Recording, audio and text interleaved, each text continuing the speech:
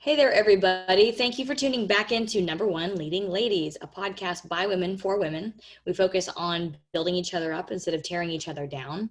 Today, we have with us a commercial broker who's also a female, because of course we only have females on the show, Brooke Jackson. And I'm not going to introduce her for her because I won't do her justice. So Brooke, go ahead and introduce yourself to our audience. Well, thank you very much for having me today.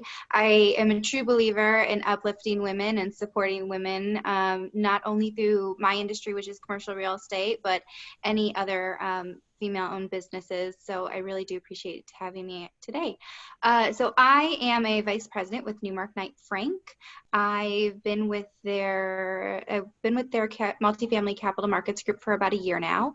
I've been in the multifamily lending space specifically for about a decade, and a little bit longer than that just in commercial real estate finance.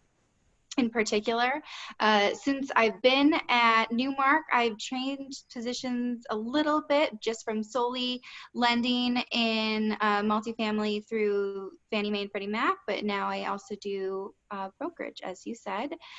So help to place debt on all different asset classes with, again, a focus in multifamily, but definitely open to helping whoever's looking.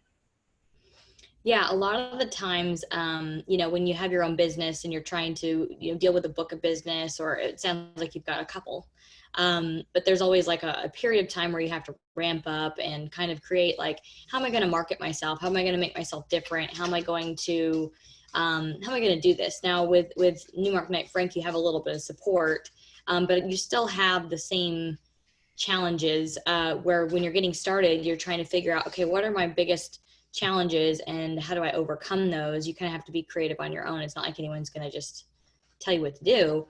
What have been some of the biggest challenges, I guess, in lending and in brokerage and whatever you've been involved with, and then had to figure out a way to overcome those and come out on the other end? Yeah, well, I have actually had a couple very unique challenges compared to most of the other brokers I know, because in my career I've had 2 children.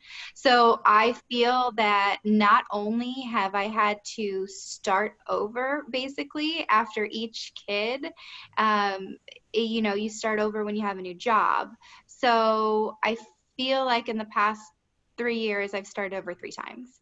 And I feel like one of the biggest challenges, which we don't really talk about, and I don't want to get into, maternity leave or anything like that, but I feel like one of the biggest challenges we have as women, especially in a commission-based environment, is trying to get back in after being gone for an amount of time, any amount of time that you decided to take, and staying in while you're gone as well.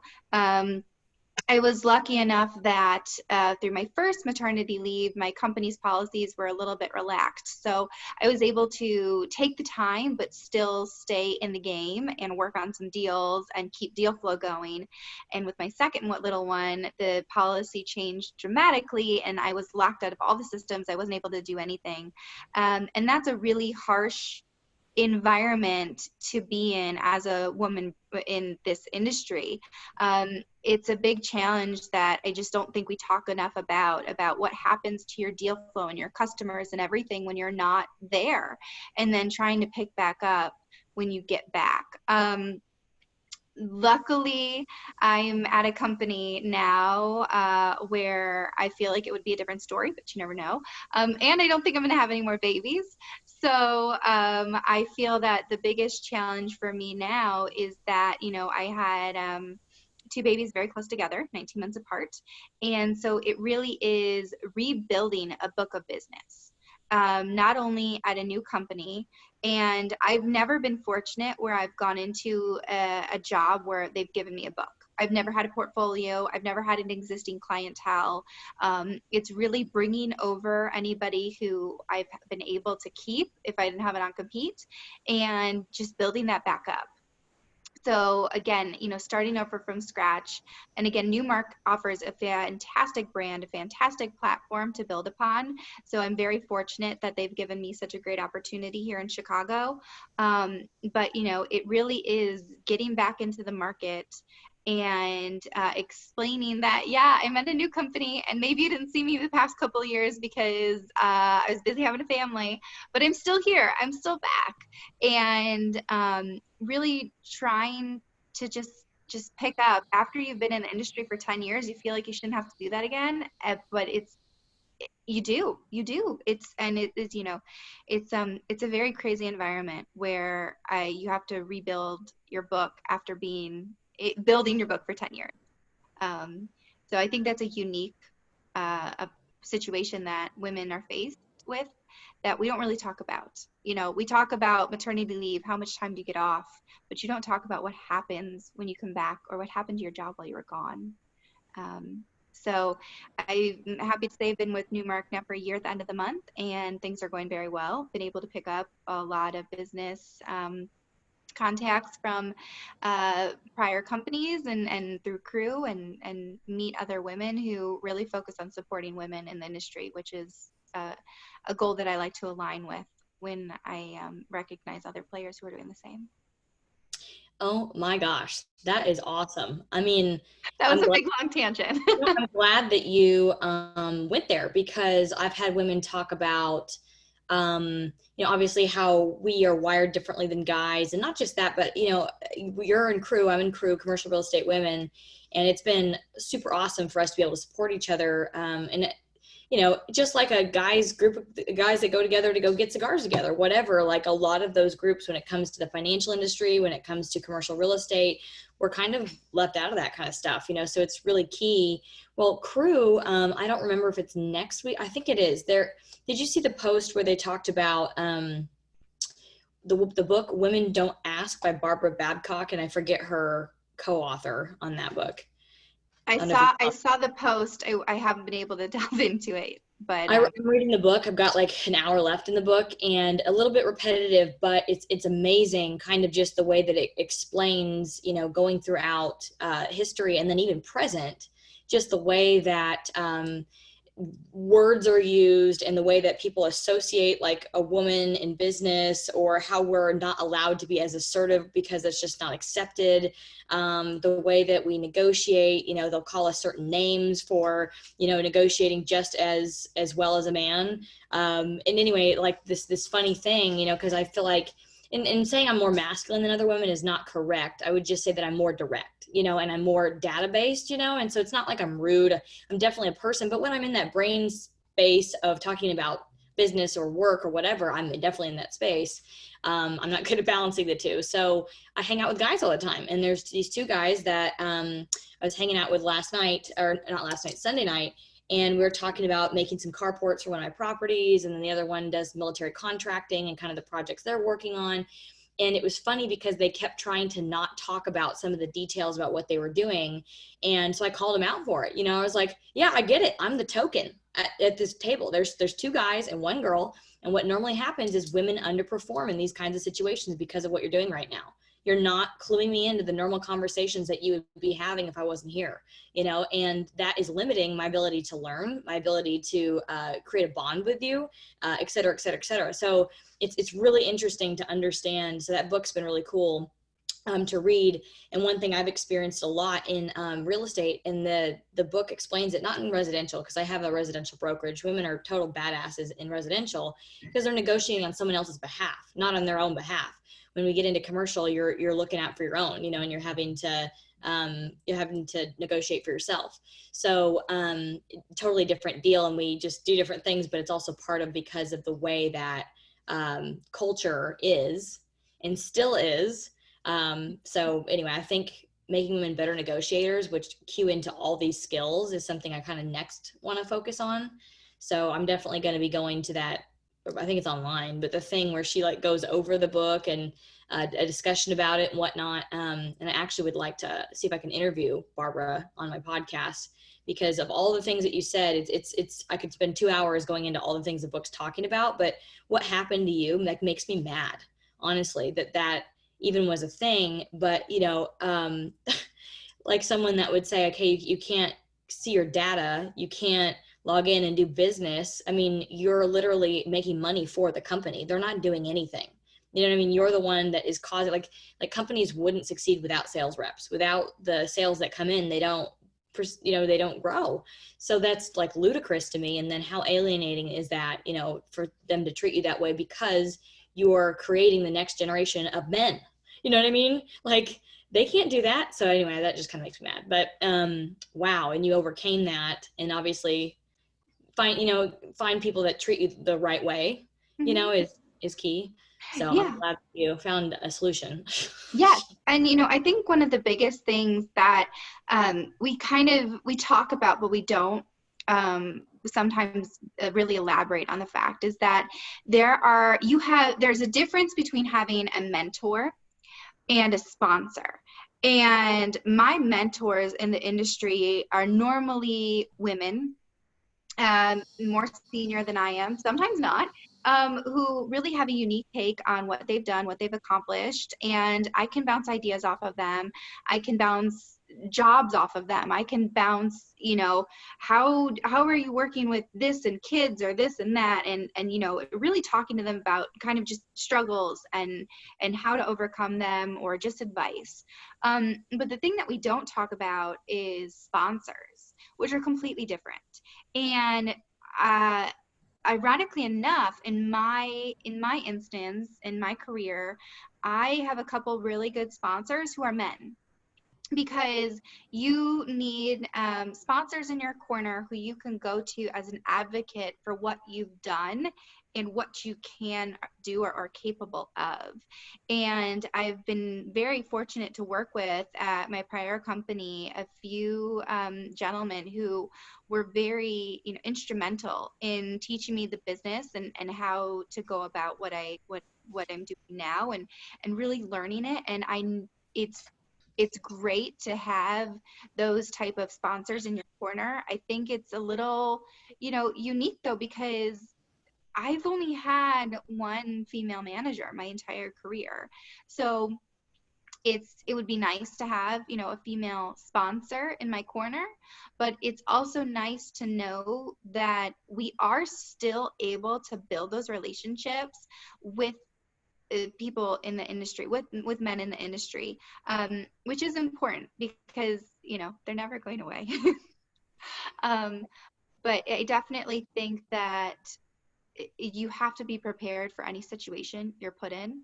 And as much as I like to seek out and help and influence through crew and through other women organizations, you have to also be prepared to step in full force to any male dominated organization as well. And really show your expertise and show what you can bring to the table.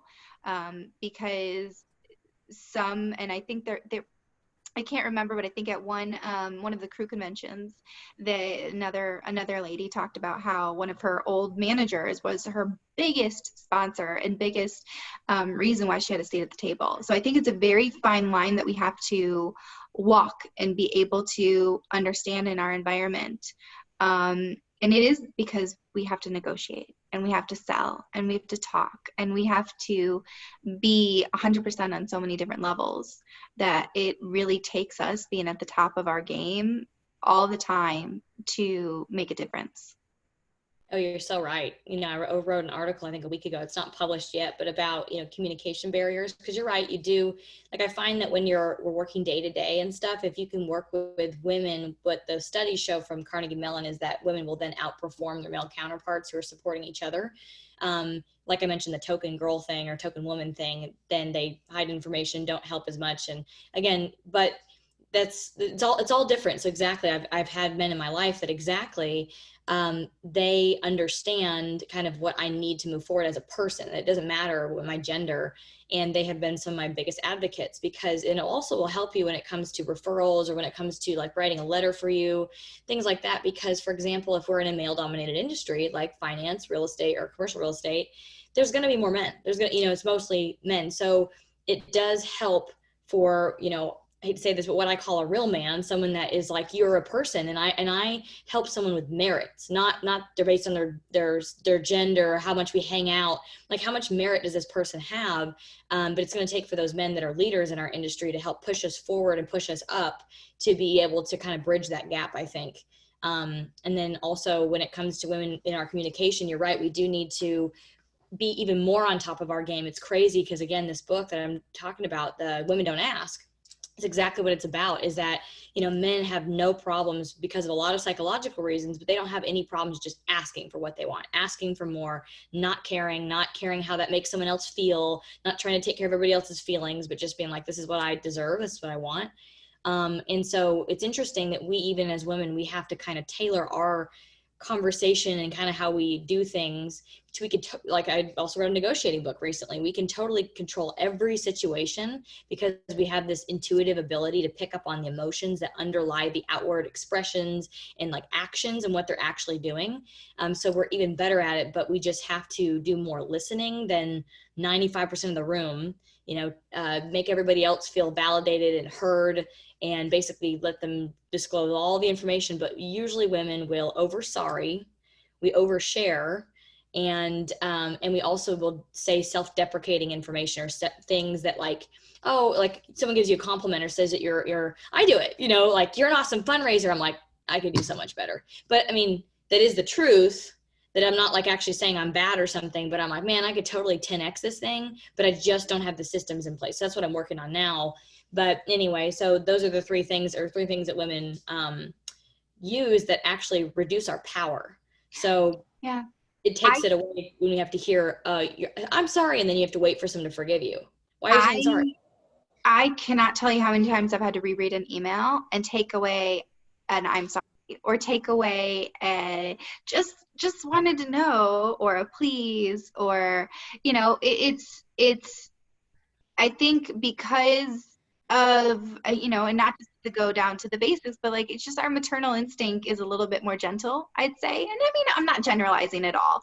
I'm just saying that it's sometimes there, especially when you're doing something, you kind of like ask for like, oh please let me know, or please this, or just this, and I'm just like, no, just get to the point. Just ask the question, say please once, say let me know once, like just take out a lot of the fluff to really get the point across. Because I feel like just sometimes adding those extras just softens our message, and But it reduces the effectiveness of your message. yeah. Like for me, I'm a data person. So when someone sends me word vomit that's this long, I literally read the first line and I'm like, oh my God, what's the punchline? And I read the bottom.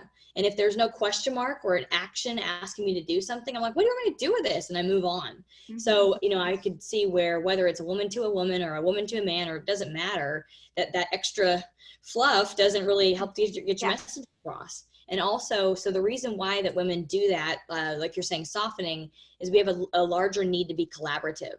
And it's based on, I can't remember the name of the word, but it's like someone that thinks inward versus someone that thinks outward. And women think outward, where we need to have collaboration, and men think inward, so they don't care. They just do their thing.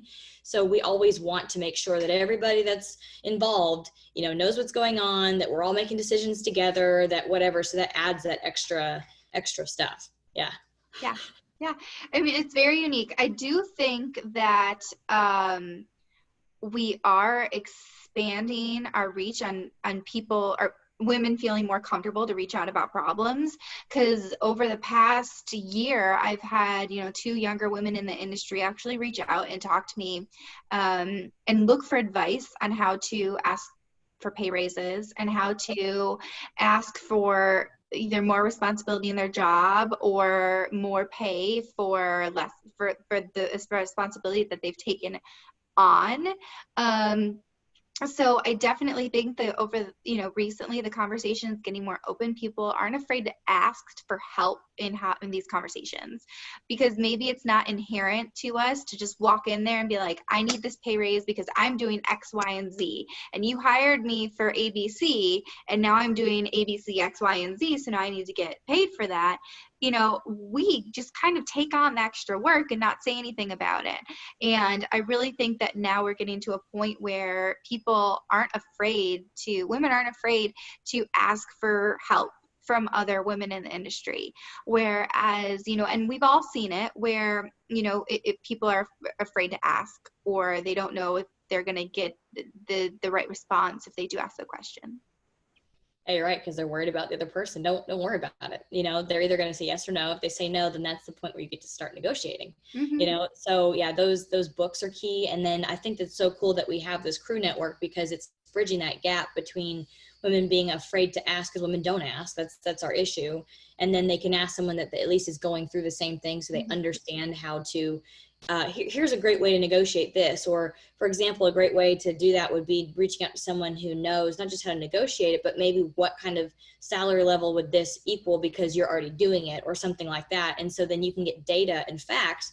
And when you're showing a manager or someone, hey, this is what the industry is calling for right now, they're $10 million or whatever, and I'm getting paid too, Yep. so setting that framing up and then figuring out, how everybody can win. So anyway, you're right. Yeah, I think Bridging that gap is key. Crew has been a phenomenal advocate in that space. Just with publishing their white papers, with who's making what in what industry, and really trying to show, because the conversation about pay is so restrictive. Nobody wants to say how much they make, and nobody wants to share that information unless you really have that trust, that bond, that close-knit relationship where no one's going to talk about it. And I mean, it's a very harsh stigma against it. So I think Crew's done a fantastic job with their white papers, really trying to get that information and publish those surveys so people can see, just have a little bit more understanding of who's getting paid for what, because you don't know you're underpaid until you know you're underpaid. And then once you find out you're underpaid, you're like, whoa, whoa, whoa, whoa. And you want to change the conversation to figure out if if you can get paid your market value at the company you're working at. And I think that's something that I've never been in a boys' locker room, so I'm not sure what they talk about. I don't know if it's more open behind their scenes and if they're talking about it, but I know that women still are not. So I mean, maybe that's a good question. Maybe that's a good question to ask. Can we find out? Yeah, I was gonna say, like, what's interesting is because it's deemed worldwide or globally effeminate for us to be in conflict, for us to be someone that's like a bulldog, or someone that's arguing, or somebody that's confrontational. So men don't like women who aren't soft. You know what I mean? So I've had a hard time in my life. I can be soft, but not when it comes to freaking negotiating, or like, having lunch. I'm not at the hospital, my grandma, it's different situations for me. So, so we pull back because we're like, oh my God, they're not going to approve of me, and I'm going to be judged, which therefore means I'm not relational, which therefore means maybe I'll even lose my job if, I'm not liked in my workspace. So it's sad that that's even kind of how we have to feel, but it's not anything that we're doing. It's just how the world perceives women. So I'm glad that we can have some conflict amongst each other, and then figure that out before we kind of go out into the waters and test it in the real world. But yeah, I mean, this book's been great. Negotiating, Chris Voss's Never Split the Difference has been awesome. I don't know if you've read that, but I mean, I'm now practicing it with my friends. Like, legitimately, I made a slideshow or slide deck on it. I presented it to a group on Saturday last week. And in really tough negotiations, I'm now like not afraid of them. Now what I want is to actually, if we can, be in person, because this stuff works so well. It's so good. But it just takes it to where you're confident. So for example, people are stressing you out, and they have a high pitched voice, and they're blaming and there's certain words that you can use, like, how am I supposed to do that? How? And you like that, or labeling, like, for example, if somebody comes into the room and they're calling you names or whatever, again, women are very good at picking up on the base emotion. So like, Like if a man was really an old grumpy grandpa, you know, he's like grumpy and mad at everybody and everyone's like, what's his problem? You know, the core issue in this example is that he's sad because he's lonely, you know, and so women are usually good at picking up that core issue, but, you know, labeling that, being like, you know, you're lonely. How can I help? You know, like immediately disarm somebody because you're getting like, or anyway, so these are great books, you know, to help, I think, negotiating. So you go into it and you calm your voice down and you control the situation and everyone feels like it's okay. You know, there's so many different ways to kind of be in control. And so hopefully that helps women. I'd like to do something in the future soon here and see how I can help women negotiate better and feel more comfortable, because everything is negotiable. Like, especially now that there's more single mothers than ever, we have to negotiate our parents' health care. We have to negotiate at school, like what car rides our kids take. We have to negotiate our salaries. We have to negotiate everything. You know what I mean? So now, like I said, there's more single female-led households. It's more important, I think, than ever. And we have actually gone backwards in time as far as that pay gap. So in the 60s and 70s, that era, it shortened or got not as wide, however you say that, it compressed. And then as we got into 70s and 80s, it stayed about the same. And then 80s and 90s, it actually went backwards. So 10% increase in that gap. So we're still there now, where basically we went backwards before like the 60s, you know? So you know, I don't know about you, and we could go into this for hours, but things like blockchain technology are things where, Mm-hmm. you know, like when you're doing a deal or there's certain financials moving or contracts or things like that, it's fully disclosed to all parties. And so you're required essentially to be more honest because all the information is just right there. There's no, you know, we're not going to disclose the selling price. We're not going to disclose salaries. We're not going to, you know, it's all just there to all parties involved. So that's probably 10, 20 years down the road. Let's hope 10. But I think that, you know, the world right now calls for more honesty. And I think that's going to give women a bigger advantage to be able to have everything be more equal, I guess, like be the great equalizer, you know. Yeah. And technology is going to help us do it. So anyway. You know, I think that's spot on. I think that we're headed in the right direction. We're really focused on helping each other, and as you mentioned, honesty is very important now more than ever. And people want to know what's going on behind the scenes. You know, before there wasn't much interest. I think that now it's really starting to perk up. Which is good, because it'll also separate like different types of people, you know. And why would you need to go sue someone who's doing bad business if everybody just knows about it? You know, you don't need to do that stuff anymore. So they just won't get more business. So, which is I think how the world should work. But a lot of people can take reviews offline. They can hide things. They can, like I said, sue someone for saying anything, you know, like not just so they can't say the truth. So hopefully that will change, and then things will be a little more equal. Now, I got one question. What would you say has been your biggest lesson? My biggest lesson. Yeah. I would honestly have to say my biggest lesson is not protecting myself when it comes to business first, if that makes sense. Oh, yeah. I've always worked on teams, always a team player. I've also worked by myself too, so I can't say always with that. But I think the biggest thing is that we tend to sometimes overtrust.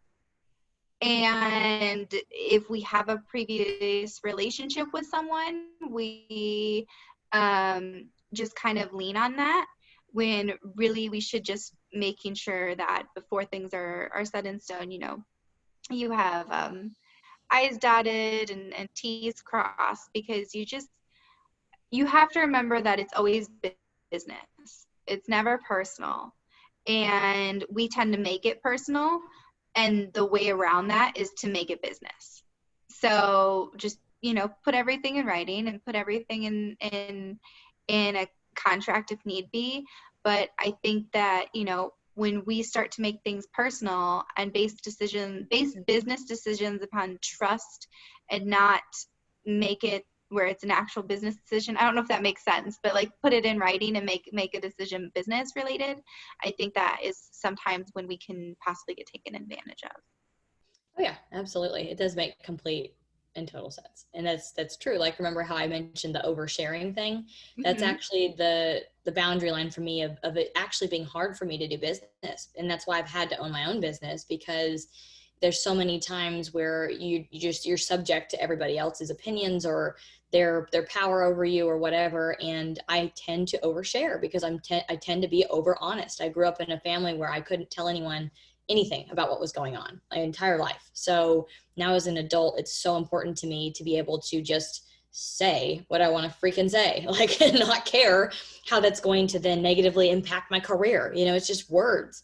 So, but it feels freeing to be able to just say something. So yeah, that does make total sense.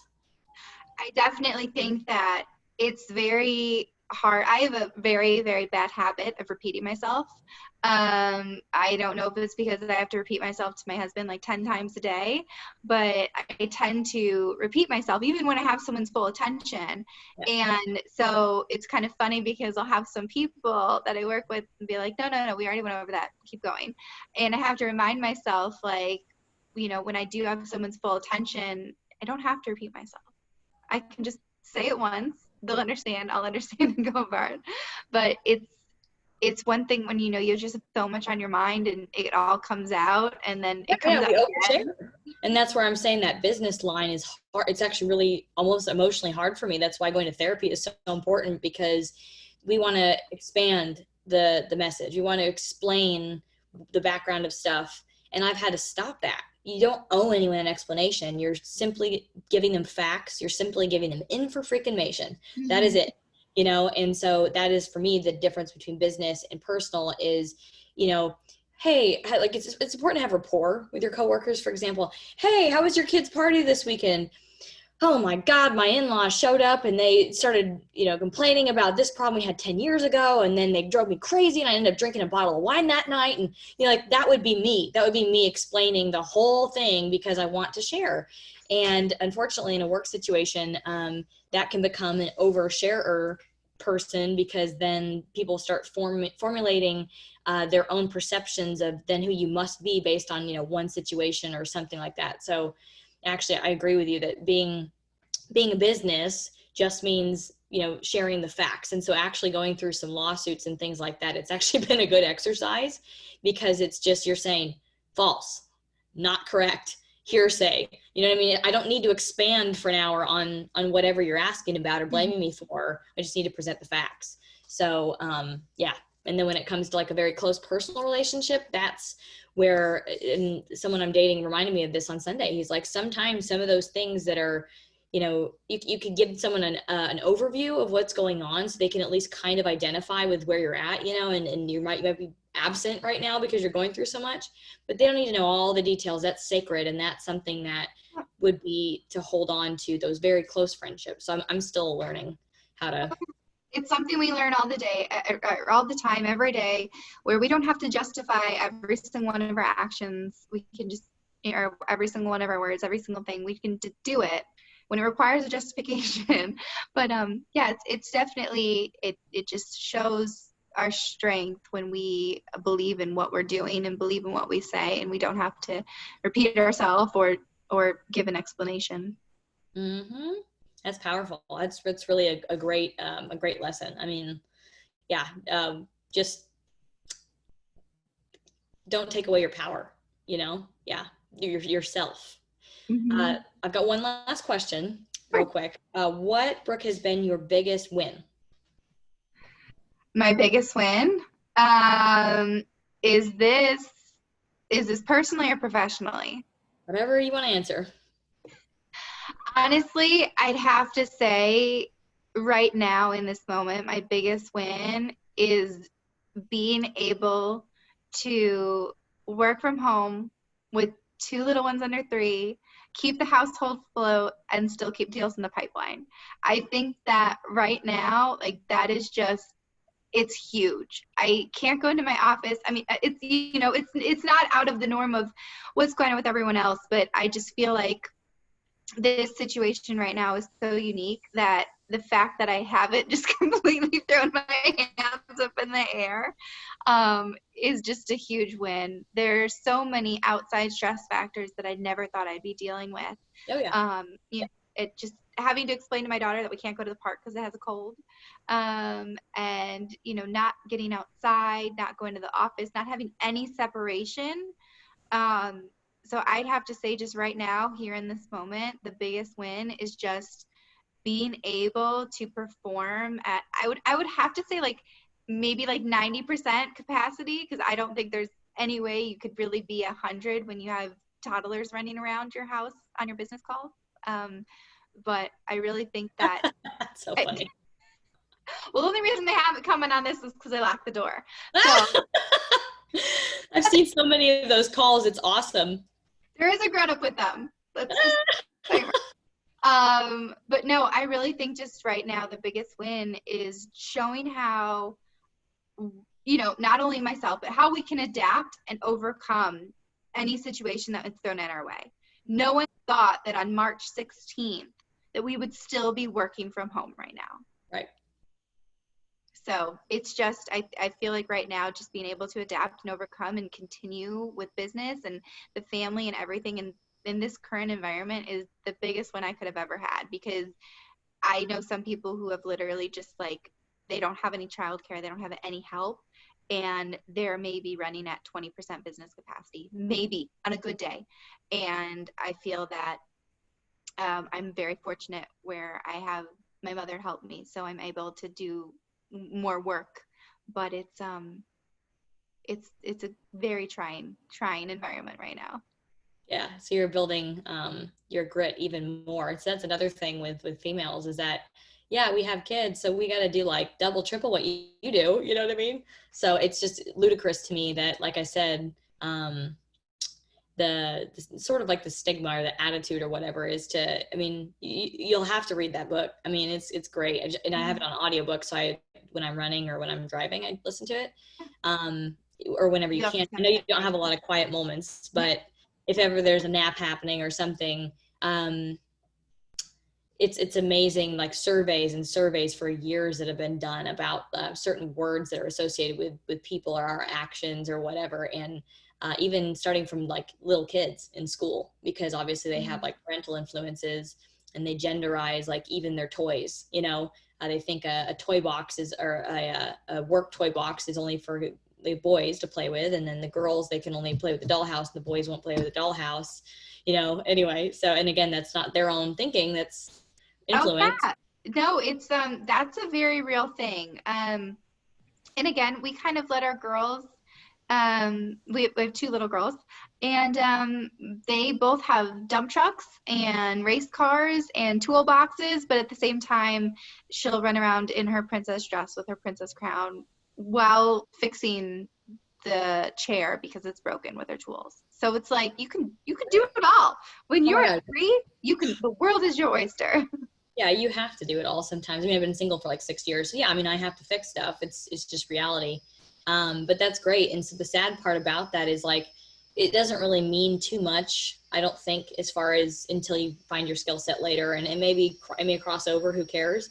So that might be a little bit up here. But the one part that hurts me reading and listening to this stuff is that that also correlates to like finances and piggy banks and like the facts that young boys sometimes will be given like stocks or, financial instruments or be taught about things at a very young age where like I wasn't. I mean, I'll tell you, I wanted to be. My adoptive dad would trade stocks sometimes during the daytime, but he would lock his office so I couldn't come in. And this was me being like 6, 7, 8, not like a little toddler that, screams. That presses the buttons and makes all the screens go away. Right. Yeah. I would just want to learn something and he just cut me off of that. And so, I've got a fund coming out soon and then also an app that'll probably take me until the end of the year to finish, but it's focused on bridging that gap because, some of these instruments, it's not a toy, it's whatever, it's a conceptual thing or whatever. And kids need to see it in a holdable form too first, but the knowledge gap too, where it's the app, basically it's walking you through like different asset classes in real estate and watching videos of pros and cons, risks and rewards, and it's real estate focused. But anyway, there's even a mindset portion of it, being able to love yourself and believe in yourself. And when you can do that, then when it comes to challenges like investing or losing deals that whatever, unless you believe and love yourself, believe in and love yourself, those things you won't even try to get into them. So anyway, I want to bridge that gap financially, which will take us being able to learn more, whatever it is that we want to learn, and not being blocked from that either. So like my sponsor, if you will, that you were mentioning earlier, he freaking taught me everything I know.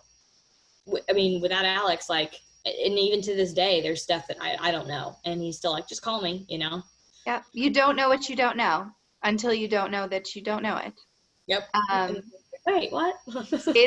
It's crazy. And I feel a definite responsibility to teach these girls about everything. They each have a piggy bank and they understand money buys things, but it's something that you really have to build upon, and you have to show them, and you have to instill that. I mean, my toddler, she knows that if you go to the store and you give them a credit card, they'll give you the stuff. Like, you can buy things. Which I don't know if she knows what that means yet. I mean, of course, Sure. she's only 3. Yeah. But it's I feel this huge responsibility to make sure that she understands finances in a way that will give her a good footing for her future. I'm really proud of you. I really am. I've been afraid to have children for a long time, and it's exactly wanting to be like you is being afraid of not being able to be that person. But I am young and I am still learning. So I think it'll be okay. I think it'll be great. The wonderful I've learned lessons from other people's mistakes, for sure. The wonderful thing is that we can always learn. We can always learn. We can always further our education. We can always further our knowledge. We can always learn new things. And being able to instill what we've learned and the practices we have on our little ones, that's what's going to keep going. Because we've already made our mistakes, and they're going to make plenty of mistakes too, but at least we can help them not make the big ones. Yeah. Well, Brooke, I really, really, really, really appreciate your time today. I had an excellent, good conversation. Felt like I was just on the phone with you, which is kind of like my goal, just so we can talk about the real stuff. How can our audience get a hold of you if they're curious about working on a multifamily project, whether it's the financing portion or whether it's finding a deal? And is your area just in kind of around Chicago? So I'm national. Okay. So Newmark is a global firm. So if anybody has questions on a global basis for real estate, we're a full service advisory firm. I can find someone if you're not in my market. But I do focus my attention nationally. So I'm not just Chicago based. And you can feel free to just, shoot me an email. Is probably the best way to, ask a question during this time, just because it's such a crazy day to plan out with the kids, like I mentioned. But if you want me to say it, my email address, so it's Brooke, BROOKE .Jackson, JACKSON at ngkf.com. Glad you don't have to spell the whole thing out. Hey, anytime. My maiden name was really, really crazy in Italian, so everybody is much happier now that Jackson is the way to spell. Perfect. Well, thank you, Brooke. I really appreciate it. And if y'all have any questions, feel free to reach out to Brooke at her email address. And she's probably like me, checks it a couple times a day, so don't blow her up. So thank you guys for tuning in to Number One Leading Ladies. And I'll see y'all and hear y'all, or you'll see us and hear us next week on Number One Leading Ladies. Thank you. Thank you.